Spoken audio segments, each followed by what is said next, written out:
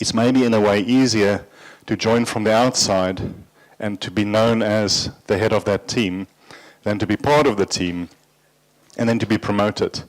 And then to have, even if your management style is very relaxed and you get on well with your team, but to have the difficult conversations when you need to is more difficult when you're part of the team as opposed to when you came from the outside. So in the next 40 minutes, I want to get to some practical things. A few of you in the break told me that it feels like I'm speaking to you about your world. It's so good to know.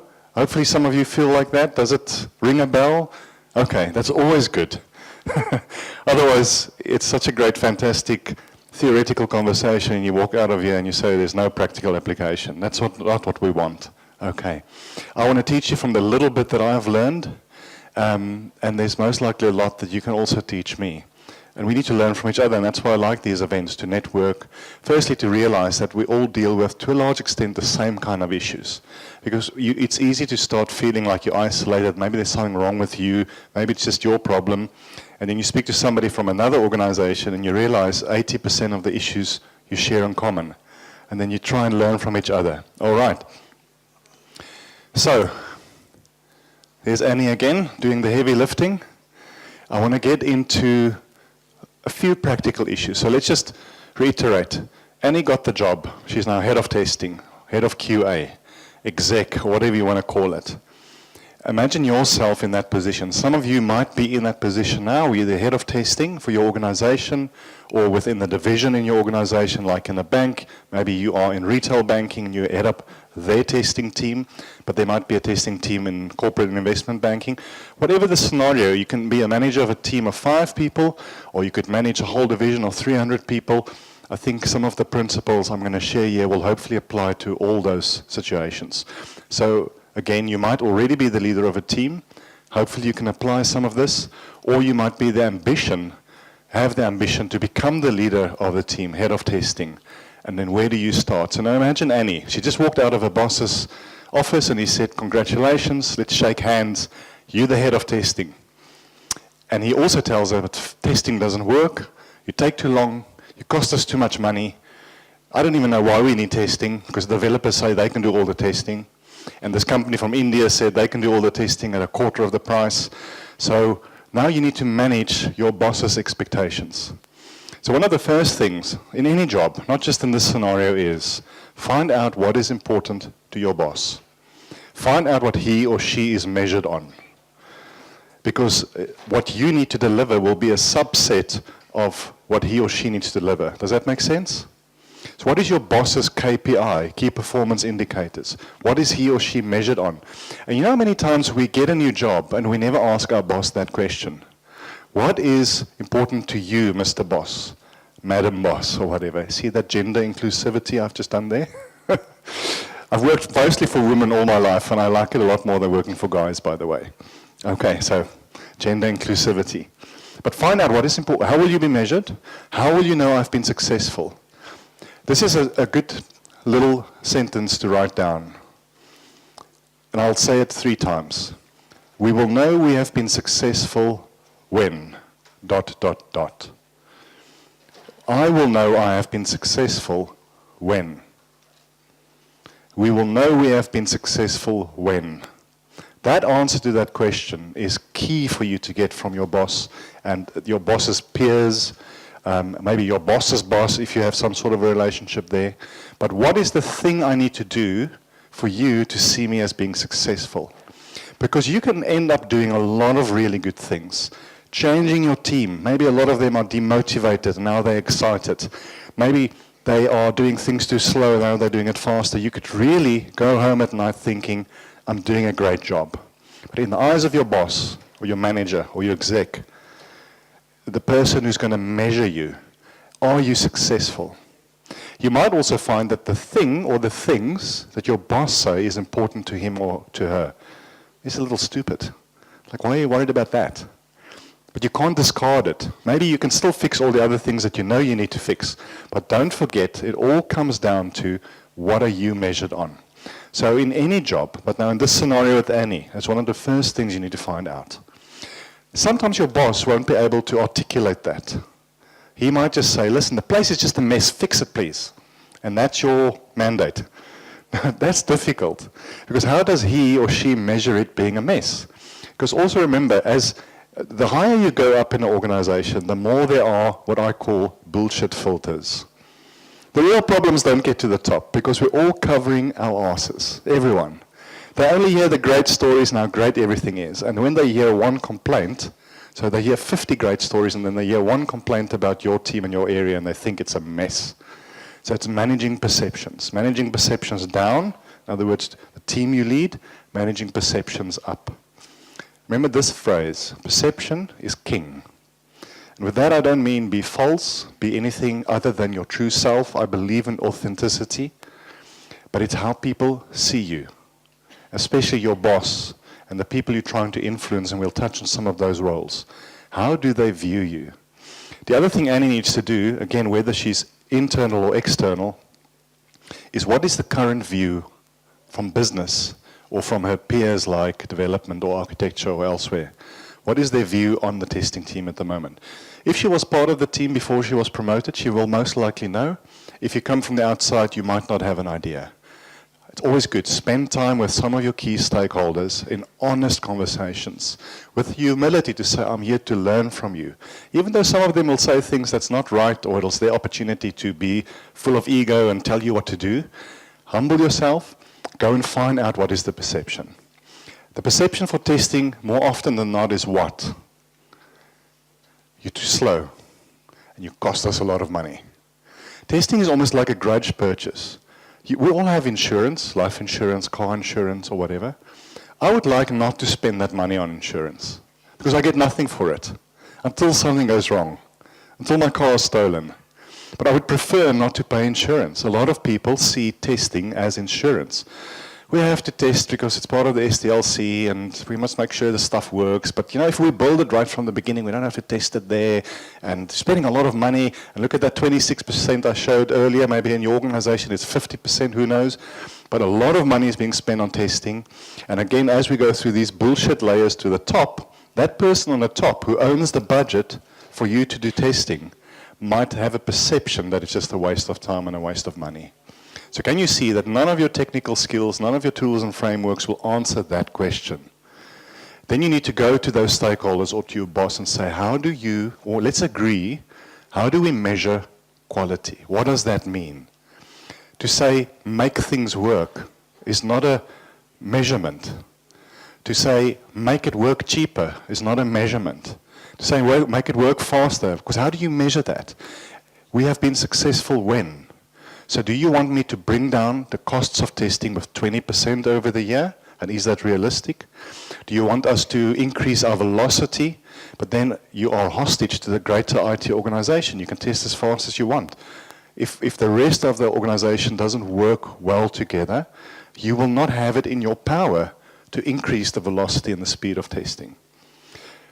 Your boss might say something like, I've heard a rumor that your testers are all not skilled enough. No, that is something you can maybe measure. But then you have to spend some time with them. What are their skills level? What is their experience? How relevant is the experience to the actual work they're doing? Then you can maybe build on an as-is and to-be picture with some sort of a development plan. Okay, so Annie needs to move this big boss. Imagine yourself in her shoes. So I'm going to start with one of three sections. The first one is business management. Now, some of this might seem very trivial to you, very basic. Keep your testing hat on, but think of more than just testing. So why does a business exist? There's our little business. 5 of us decide we're going to start a business. We're going to start a new startup. It's exciting. Let's see, and there could be many right answers, but what is the reason to start a business? What is the primary reason to start a business? Anyone? Earn money? Okay, but what are you going to earn money from? How do you know you're going to earn money? You need to investigate the market, yeah. But what in the market is it that's going to make you think you can earn money? Research? Okay, look at this. There is demand. There's demand in the market for your product or your services. Now, there might be an incumbent company that you want to compete against and you think you can do it quicker. or it might be a demand that's not fulfilled by anyone at the moment, and it can be so many things. It could be an Uber kind of thing, Airbnb. It can be something very simple. But the reason to start a business is because there are people who want to buy what we have to sell. And if there are no people, if there's not a market for your services or your products, or a demand for what you need to do, then of course you're going to fail. Because why are they going to buy it from you? Sometimes clients don't know they need what you have to sell. Steve Jobs is very famous for saying this, and I'm going to paraphrase because I can't quite remember exactly how he said it, but he said, often our customers don't actually know what they want. We need to tell them what they want. Now that goes against lean startup principles and those kind of things. But I think both sides have an element of truth. But Steve Jobs was right, because at that time, who thought that I want all my music on my phone? And all the features that we're so used to now, they weren't there 15, 20 years ago. We wanted smaller phones. Remember the good old Nokia 6110s and those, you charge it once and it lasts you the whole week, But you could do very little on it. But the bottom line is, we start a business because there is a need for what we can do. Think of it in testing terms. What is the reason for the existence of your testing team? Think business now, because we know it exists to make sure there are no defects and make sure stuff works and all of that. In your client, if you're a vendor, or in the business, if you're part of a bank or whatever, there is a demand for what you do. So you need to make sure you understand what is that demand and align your business, this little factory, I call it in a later slide the engine room. You have to align it according to that demand. Because it's possible to build a business that is amazing, that doesn't fulfill the demand, and then you're not going to survive. You can build a business that MBA students will learn about one day, if you got it right. You might employ the most skilled, most amazing people. People might be super motivated. People might vote for your company as the best place to work ever. If you don't fulfill demand in the right way, you're going to close down. How do you fulfill demand? Through supply. So think of this picture, because I'm going to use this as a basis of a lot of what I'm going to say next. There's demand for a product or a service. I need to be able to supply it. There's demand for gold rings. I need to be able to open a mine to mine the gold. Or I need to partner with a mine that's mining the gold, and I'm going to actually refine the gold. Or I'm going to partner with somebody who makes the rings, and I've got a chain of retail stores where we're going to sell the rings. Or any business has this model. As a testing team in an organization, again, think of yourself as that little middle building. The reason you exist is there's demand for your services. But how do you fulfill that demand? And I'm going to touch on what those things mean. And then the other important thing is this, the end-to-end business process. As a leader of any team, and again, let's bring it back to what we do. Annie, you're the new head of testing. You have to understand end-to-end business processes.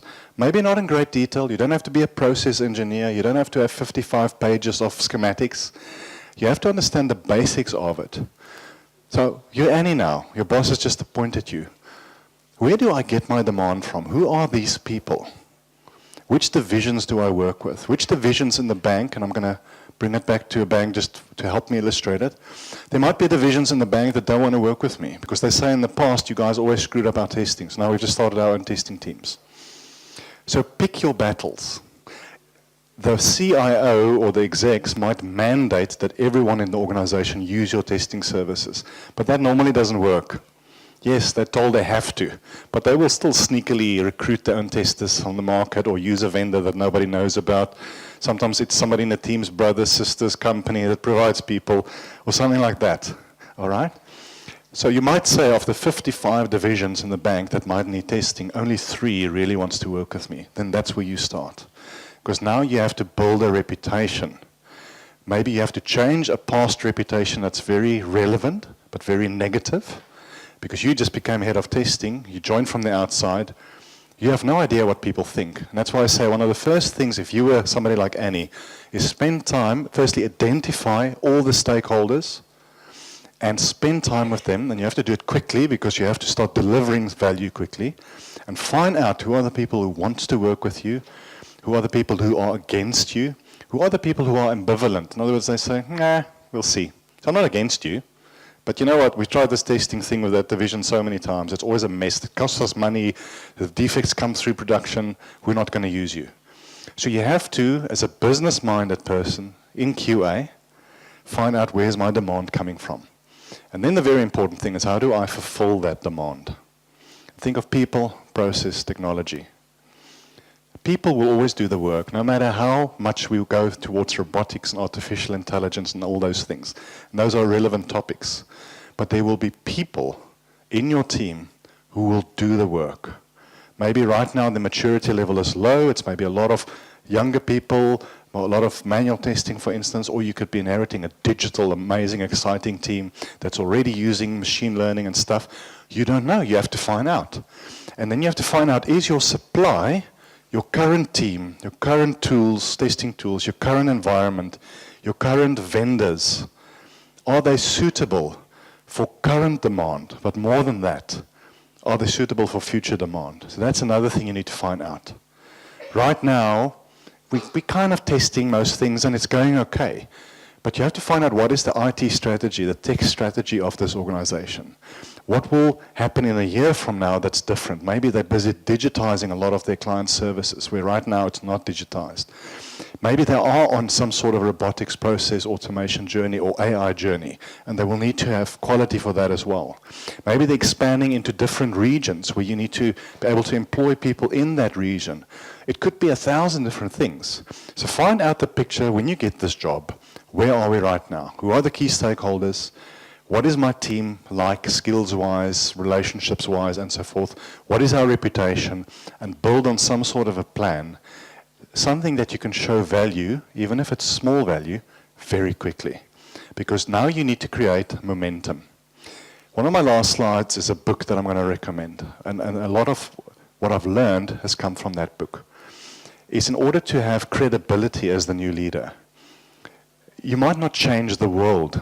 You might never change the world. You might get to a point where after 30 years of working there are still divisions that don't want to work with you. But you have to find some momentum, because perception is king. We will know we have been successful when. Because now the head of retail and business banking is speaking to the head of corporate and investment banking, and she says to him, you know what, these testing guys, they were really quite crap, but I don't know, this new leader, something has happened.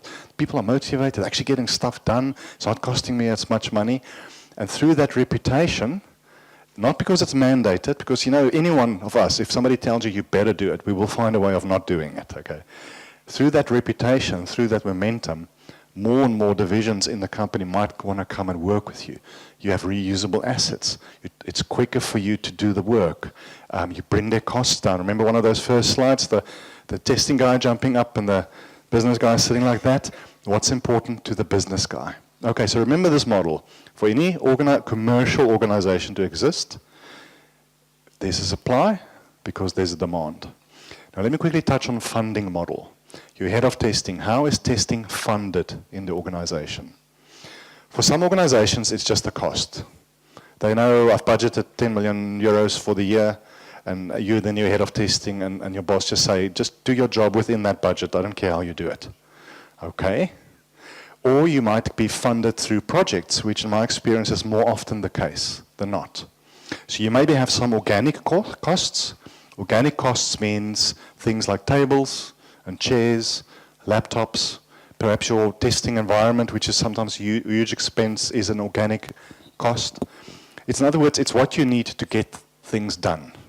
So in the factory, the actual building and the electricity and the plumbing could be seen as organic costs. But the actual products we deliver is not, because I'm making it for 10 euros and I'm selling it for 15 euros. Now I need to get to a point where I need to try and make it for 9 euros and sell it for 15. Now there's a competitor, I need to sell it for 13. So I need, through efficiency and lean principles and sourcing cheaper but better products, all those things, I need to try and bring my costs down and deliver quicker. So find out what is that commercial situation you're getting yourself involved in. A big part of your KPIs, a big part of what you are measured on will be financial targets. Because remember, the bank you work for, the telco or whatever, yes, they want their stuff to work, but they also are all under pressure to drive down costs. So imagine you can show after a year or two that you've done both. more stuff works. In other words, there's less production issues and things like that. But you also brought your costs down. That'll be a great career advancement. How do we do that? Okay, so let's talk about demand a little. So you've got this new job now. Find out where's demand coming from. I've touched on this. It could be that the PMO, the project management office, or they call it agile house, or they call it different things in different companies. It could mean that all testing demand comes from them, because they know what's happening in the various projects. So you need a key relationship with the leadership of the PMO. And you remember the end-to-end business process. Is Mr. PMO, how do I know there's demand? Do we talk about it over coffee? Is there actual system where you log it? Are there approvals? Can anyone just log testing demand? That's a big problem in organizations, in my experience. You just get a phone call, I need 5 testers and I need them tomorrow, can you help me? But there's no proper demand and supply management. And just because you have a problem, doesn't mean I have to drop all of these things to fulfill your problem, because the moment I'm trying to help you with 5 testers, 3 other people are calling me. And it's about managing that behavior. I cannot help you.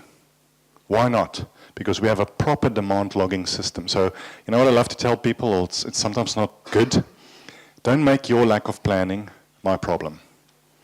And it's not because I don't want to help you. It's not because I've got 5 testers sitting here doing nothing and just because I'm not in the mood. I'm delivering on projects. I'm delivering to projects that went through the process, that has budget, that engaged with me months or weeks ahead of time. Now suddenly you realize, shucks, we didn't plan for testing, which happens a lot. I'm sure you've all seen that. Just as you're about to get going, you go, you know, like that movie Home Alone. I don't know if you remember it, where they forget their kid at home. There's something that we've forgotten. And right at the end they go, we need to test this. We need to make sure it works. Shit, we need testers. Who can we phone? Who can we phone? Then they phone every vendor in the world and everyone. And your brother's son is at home, you told me, he's just finished school. Bring him, testing is easy. You know, and that's how they build these teams, and then it's a mess. Okay. So find out where does demand come from, and is there a proper process? In most very regulated environments like banks, there should be quite a stringent process, but sometimes it's not. Or even if there is a process, people bypass it. But you have to stand strong and say, I want to work with you, Mr. Retail Banking and Mr. Corporate Investment Banking and Mr. Business Banking or whatever. But we have to follow the process so I can better help you. The earlier you let me know you have demand, the better I can help you. And then also it's your job. Remember that little factory in the middle, because we are the QA and the testing experts. When people say, I want testers, what does that mean? What kind of testers? Why 5 and not 8? Why 5 and not 3?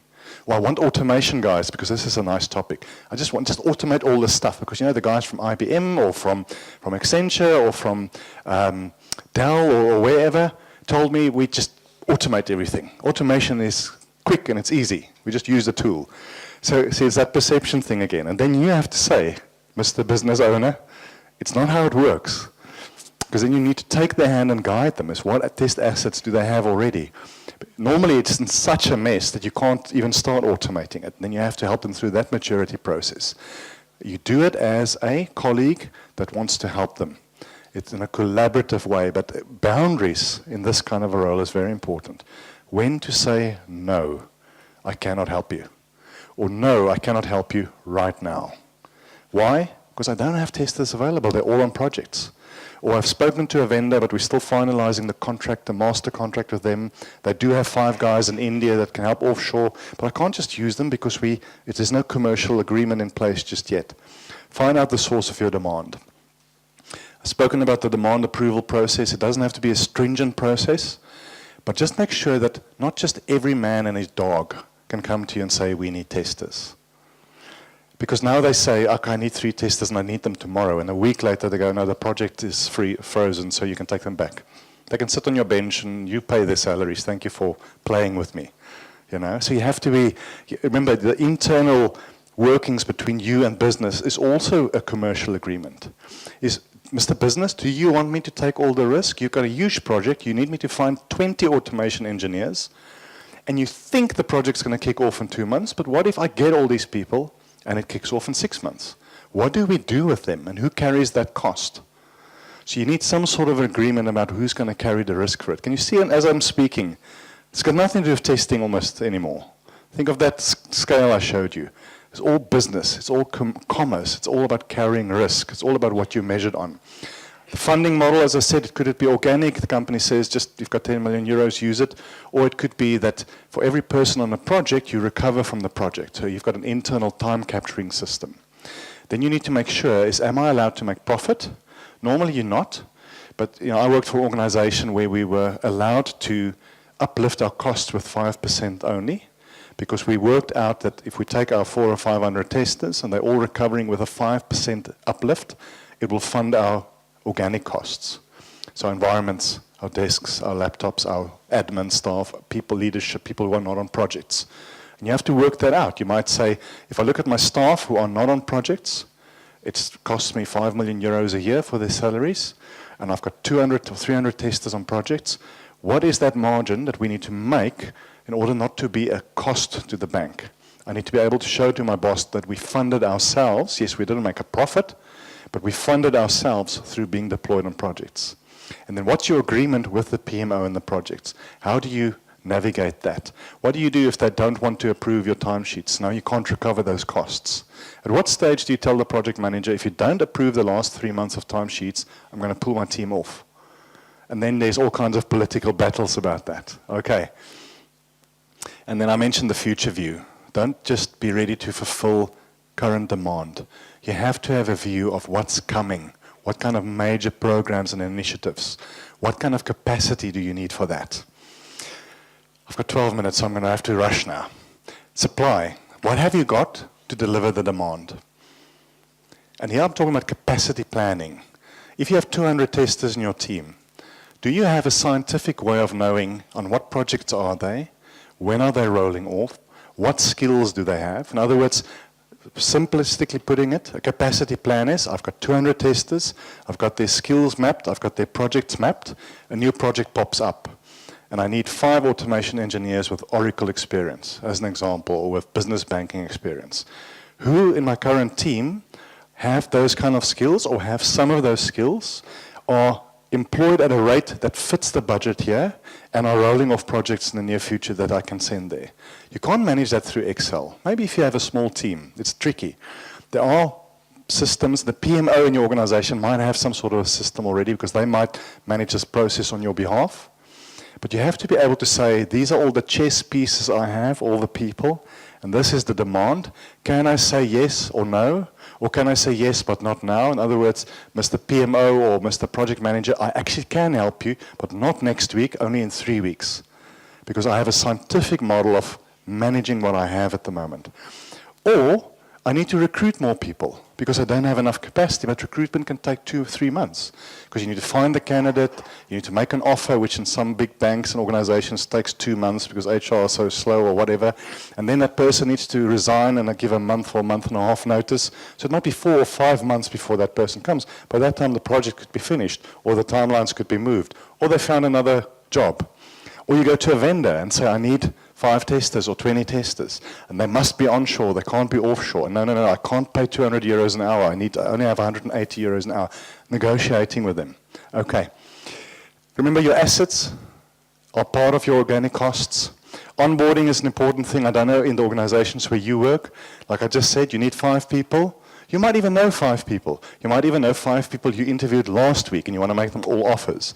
The internal processes can be so slow because now the bank might say, no, yeah, but you have to first advertise this job internally. You can't just go externally, and then that takes 2 months. All those. So think of when you get this job as head of testing, of all of these things that can go wrong. Don't let any of this blindside you. Don't let any of this come and surprise you. Because remember, your reputation is on the center of expertise. You can call it just the testing people, or whatever that thing, that home discipline. You might have testers that stay in your home discipline and you receive projects. Or you might have testers that you send out on projects because it's more of an agile DevOps kind of an environment. But ultimately, they come back. It could be that the project says, we'll manage the testing process, you just give us the people. Or it could be that we want the TCOE to actually manage the end-to-end testing. It can be so many different ways. And there's not one way an organization works. Different divisions can work in different ways. Find out how they work. All right. I'm talking about maturity and skills. This is one of your biggest challenges if you get this job like Annie does. What have you got at the moment? If you ask HR, they might not be able to answer you. People might not have had a review in a year or two. People might be desperately unhappy working there and no one knows it. You might have somebody who you think is quite junior, who is maybe the highest performing test automation engineer you can have, but he or she just never had an opportunity. So you can't just rely on what the previous boss said or what your team is saying. And it's difficult when you have a big team. You have to get to know your key people. You have to find out who are the bad ones that will bring in negativity and stuff that you might have to either mentor or get rid of. And now getting rid of is difficult because there are labor laws and there are unions involved and stuff, so you can't just let people go. How do you find a job for them somewhere else that you can get rid of them? How do you take these people who are maybe either junior or have been there forever but no one's ever seen them because no one's paid attention and they can be the best person in your team? You have to invest. It's not a testing conversation, it's an interest in people conversation. And then just remember that arrow, the total process is, can you bring in lean principles? Most of you know lean or what it's about, but think of something like a handoff. I do something and I need to give it to you to do something and I need to give it to somebody else to do something. These handoffs is often where the delays are. So in your process, remember not your testing process, your business process, where are the gaps? Think of demand. How do I get demand? Is it a SharePoint site? How do I know that person is authorized to request testers? All the way through to, do I have capacity? Do I have people? Do I have to go to vendors? Do I need to recruit?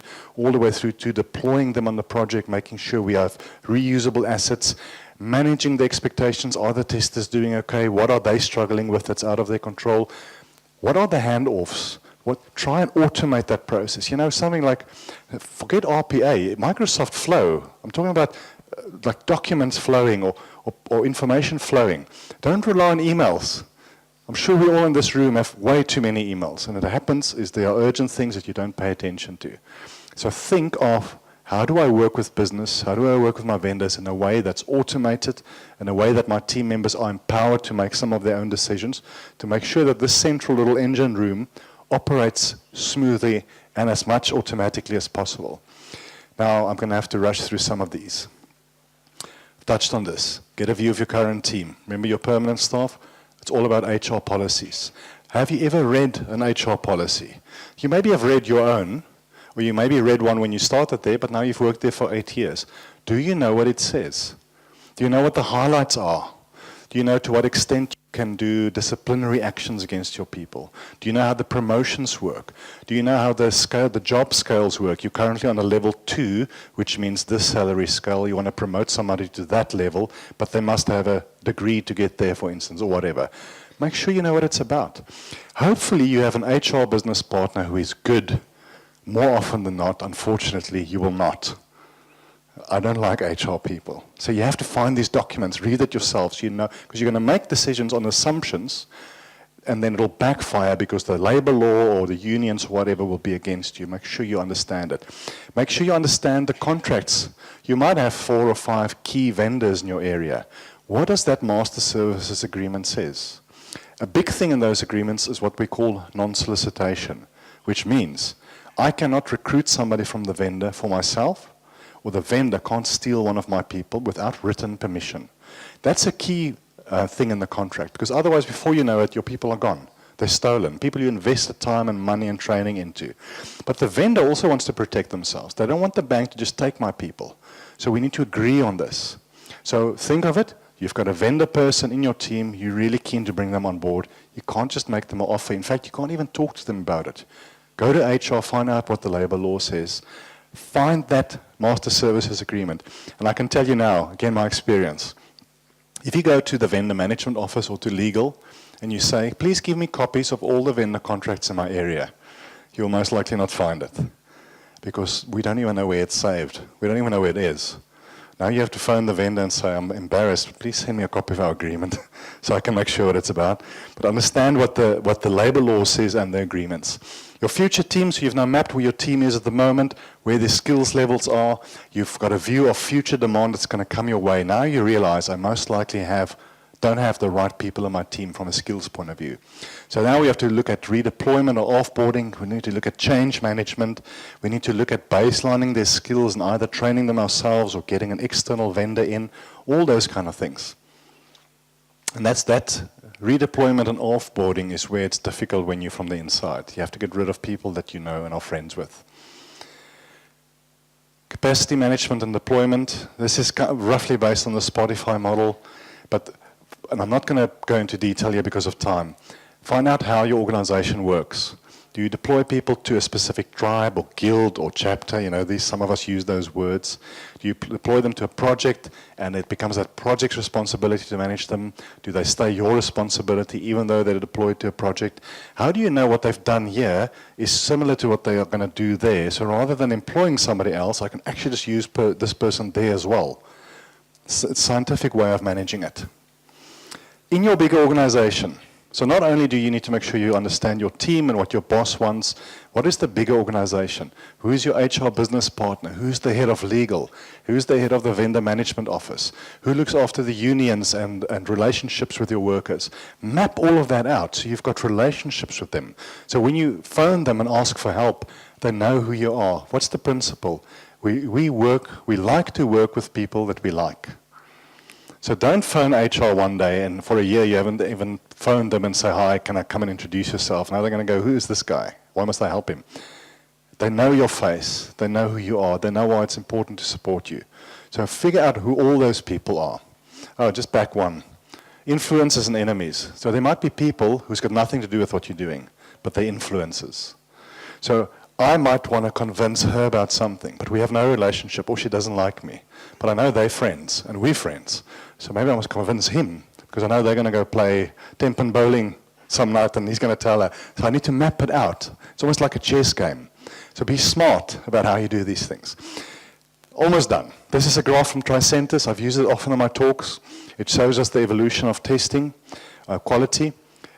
Classical testing, manual testing taking months and years, through to Agile, where it happens quicker, through to a DevOps, CI, CD, continuous testing kind of place, through to where we're going in the future. Some organizations are there already where we're using machine learning and cognition and artificial intelligence.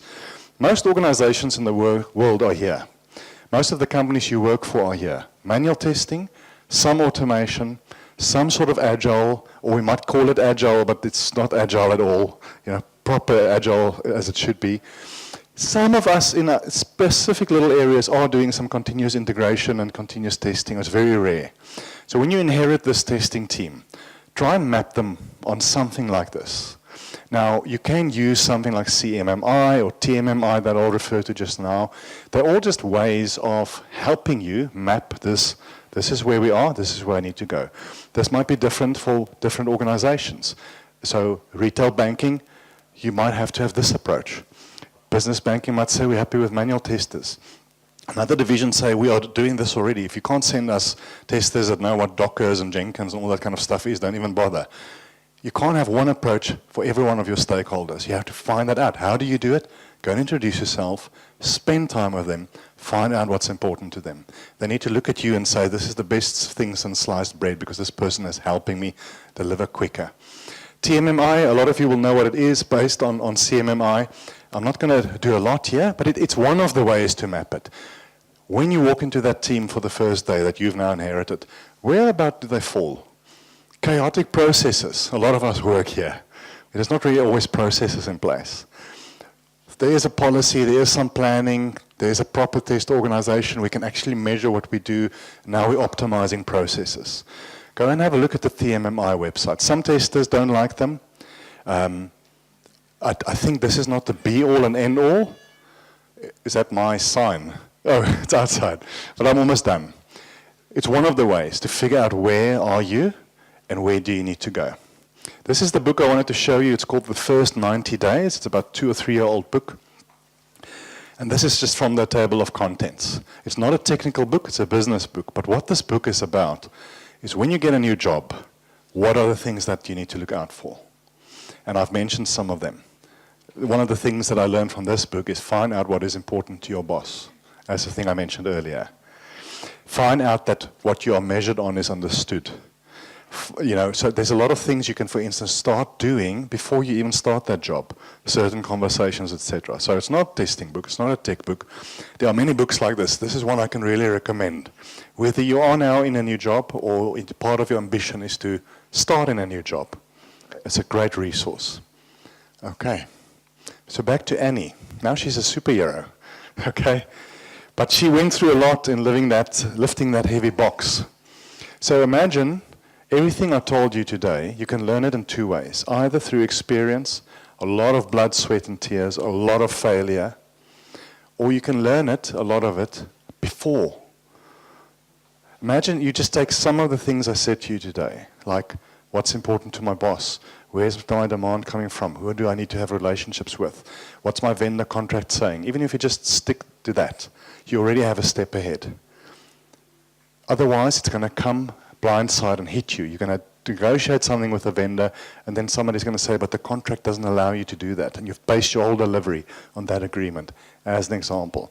So we can become like Annie, hopefully, and again, like I said earlier, your ambition might not be to become a leader or a head of testing or something. Even if your ambition is on that other side that I showed you, you want to stay in a technical role, which is legitimate, there's some of these business principles will serve you well if you understand what they're all about. Now we're almost done. I want to show where, I just want to see where he is, hang on. I want to show you Shrek quickly. Oh, it's not, it's a different Excel version. You remember, it's a pity it doesn't show you. Remember Donkey from Shrek? There's a scene where Shrek's talking to people and he's asking for a volunteer. And in the background, Donkey's jumping up and down. Pick me, pick me, pick me. And you can see his ears. So all I'm saying here toward the end is hopefully you'll give me a lot of good smileys when you walk out. If not, it's also okay. If there's something you feel I can do different or better, remember we're always learning, please come and tell me. But we're basically done. And I think let's take 3 or 4 questions. And I'll be around and we can talk even more.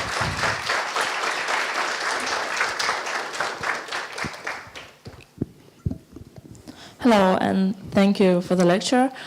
I have a question about Annie and why it's difficult for her to be head of the team when she was a part of the team, and about subordination and friendship inside of the team. How to organize the subordination when you were a part of the team and then you become the head of the team? I think a lot of us have been through that or will be through that.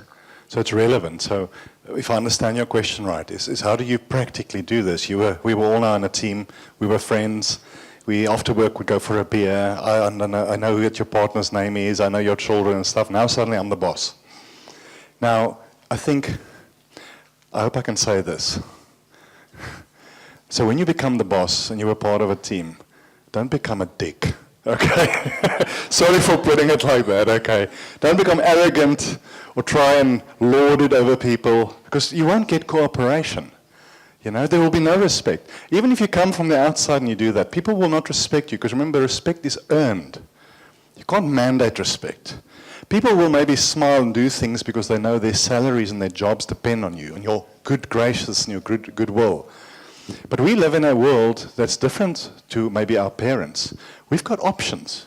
You can maybe go find another job. You can maybe give somebody the middle finger and say, screw you, I'm going to go work there.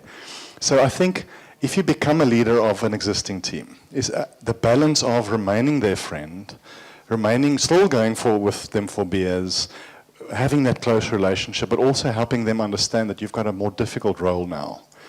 And hopefully if you keep on managing them in a nice way, they will become almost like the generals in your army. They will have your back, they will protect you. But it's a lot dependent on the particular personalities and what the relationship was like. But I think it will always be difficult. But I think as long as they can learn to respect you as their boss, because they will not respect you just because you're the boss. You know, I hope that answers, but you have to kind of figure it out depending on the situation. Thank you. Okay. Another question, guys? Yeah, thank you for the great talk. And I have a question. You showed us the diagram and told that there is 2 ways of the development, going back to the high technical level and low management and vice versa. What I want to ask is there any possibility to increase the management skills and to keep up with the technology? Because in the nowadays we have to understand what we are managing, and if the boss is too old-fashioned, it may be really bad for the team. How to avoid the situation when the boss is outdated? That's a good question. And I think it doesn't have to be an either-or. Okay, so whether you decide your ambition is, I am technical, I love doing technical stuff, I want to be a developer, people must just leave me alone, I'll write code, or I don't care too much about whether it's testing or BA or whatever, I actually want to manage people. It doesn't have to be exclusive. And that's an important question, because you can be here, you can be very technical and spend a lot of time on training to become even more technical. It doesn't mean you shouldn't grow in commercial knowledge. So now and then do a course on Udemy or LinkedIn that's not techie stuff. Maybe do a course on change management. Maybe do a course on body language or whatever, you know. Don't forget your technical skills when you're here, and that's your question. Because your team is getting smarter and smarter by the day. Yes, you spend a lot of your time on HR issues and recruiting and dealing with politics and stuff, but eventually your team will outgrow you because you're not keeping up to it. But now to get to your question is, what do you do, if I understand you right? You have a boss that's obviously pretty much just a manager or a leader, but they've been there for 10 or 15 years, and they're outdated when it comes to technology. I think do what you can. If they don't want to learn, then nothing that you do. I mean, you can send them emails, you can send them a Gartner study, you can invite them to a conference. If they don't give a shit, they're not going to learn. Okay. Hopefully, when you develop the right relationship with them and they don't see what you do as a threat to them, because remember, their emotional intelligence can be quite low, they can be an insecure person. If you approach them in the right way and they see that this person always comes up with great ideas and they're really actually helping me, I'm not threatened, then I think, but you have to find that particular person's sweet spot. That most leaders are very insecure people and narcissistic, in my opinion. There's a lot of studies that show the reason a lot of people become leaders is because they're fundamentally narcissistic. They don't give a shit about others, so they become leaders. There's a great book, I'm trying to think of the title now. It's a book written by a man, but it says, "Why are so many men horrible leaders?" So it's not exactly the title. It's a great book because he talks about testosterone and how men differ from women, and he talks about narcissism. So we've all seen that in our lives. Unfortunately, some people are there because of what? Tenure. So it means I'm the boss because I've just been here longer than the rest of you. That doesn't mean I've got leadership skills or I'm good at managing people. So it's difficult to work for somebody like that, you know. Hope it helps. Maybe one more question and then we'll be done. There's one here. Hi, thank you for the speech. And I have one question about demand. Mm-hmm. So if there is no demand from business, they think that QA department is doing everything fine. Do I have to force my new ideas, like to push them for business, or it's a better way to suggest and making decisions together? What's the best way to do it? It's a super good question. What do you do when there's no demand? Because it could be that testing is taken care of, or it could be that they don't want to work with you. There's a reason why they're not using you, okay? And you call it the push and pull principle. Is you can either push what you can do onto them, and this is true if you think of that supply and demand picture in any business that you are in. You can try and force your clients to buy a product. Or you can create pull, and they call that demand creation. Is how do you create, think of back to Steve Jobs and Apple or other examples. How do we create a desire in the client to want our product? How did Apple get to a point where when the first iPhone was released and all the subsequent ones, people were queuing for miles to get the phone? Because they've generated demand through marketing and the whole fear of losing out thing. I don't want you to have a cooler phone than me, so I'm going to want that new phone. And let's bring it back to what we're talking about. That's that collaboration and that's that working together. Don't assume that client, business banking, retail banking, or whoever, knows what you can help them with. Again, their understanding of testing could be very immature. You're the head of testing, so I'll phone you when I need some testers. They must just come and test. They must automate everything. That's typically what you get. Spend time with them and say, let's talk about quality. Let's talk about how I can help you earlier in the process. Maybe from an architectural point of view already, we can start looking at what is quality. Rather than performance testing at the end, can we do some performance engineering together so that at the end we can do it quicker and most likely cheaper? So it's that collaboration. They need to look at you and say, this is an important guy to keep his number on my phone. Some people will not work with you no matter what you do. But you, it's in your power to go out and build relationships. And just on that point quickly, guys, and I'm really done. A lot of us who are very technical people are not necessarily people. A lot of people, and it's okay, we've got different personalities, different strengths and weaknesses. But for some of us, it's easier and more natural to work in your little cubicle, to work in your silo, to work with other very technical people. But don't ask me to speak. Don't ask me to go to a meeting. Don't ask me to meet someone in business. And we have to learn, whatever your personality is, not to change your personality, because it will never change. But find areas where you can become better. Learn maybe how to do public speaking. Not in a conference. Maybe it's just speaking to 3 people in business around coffee. Because you have to learn to listen to what they say. There are tricks to all these things. Body language, their body language will show you they're shaking their heads, but they actually don't care. Or is their body language open? Sometimes we say, yes, I'll do that. Which, it's a Freudian mistake. But anyway, so the point is, build relationships, do what you can that's in your power, but that's where that momentum comes from. Because to theoretically say, we are really good at testing, we can help you, means nothing. But to say, the only people who worked with me is retail banking. You can speak to John, who's the head of retail banking. His costs are lower, we're delivering quicker. Now maybe get 2 more divisions, that kind of thing. Guys, I hope, so this is at least a half-day thing. There's so much more to discuss. I hope it helped you a little bit. I hope to introduce a few topics that you didn't think of before. Thank you very much. Johan, please choose the best question. Favorite question? It's difficult, but I like that one the most.